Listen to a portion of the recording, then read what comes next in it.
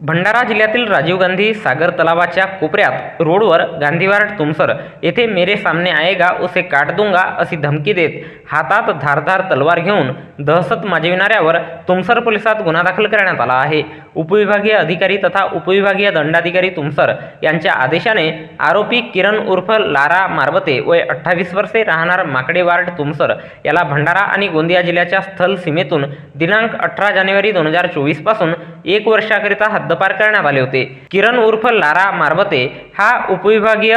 अधिकारी तथा उपविभागीय दंडाधिकारी उपविभाग कार्यालय तुमसर यांचे कोणतीही परवानगी न घेता विना परवानगीने आदेशाचे उल्लंघन करून भंडारा जिल्ह्यातील राजीव गांधी सागर तलावाच्या कोपऱ्यात रोडवर गांधीवार्ड तुमसर येथे दिनांक 1 मे 2024 रोज बुधवारला सायंकाळी 5 वाजता दरम्यान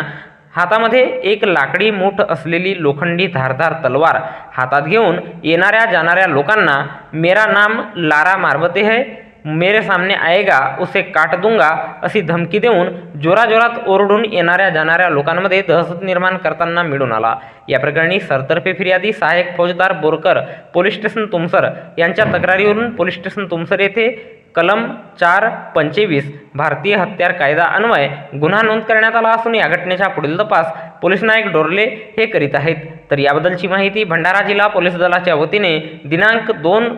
मे 2024 रोज गुरुवारला एका प्रसिद्धी पत्रकाच्या माध्यमातून देण्यात आली आहे।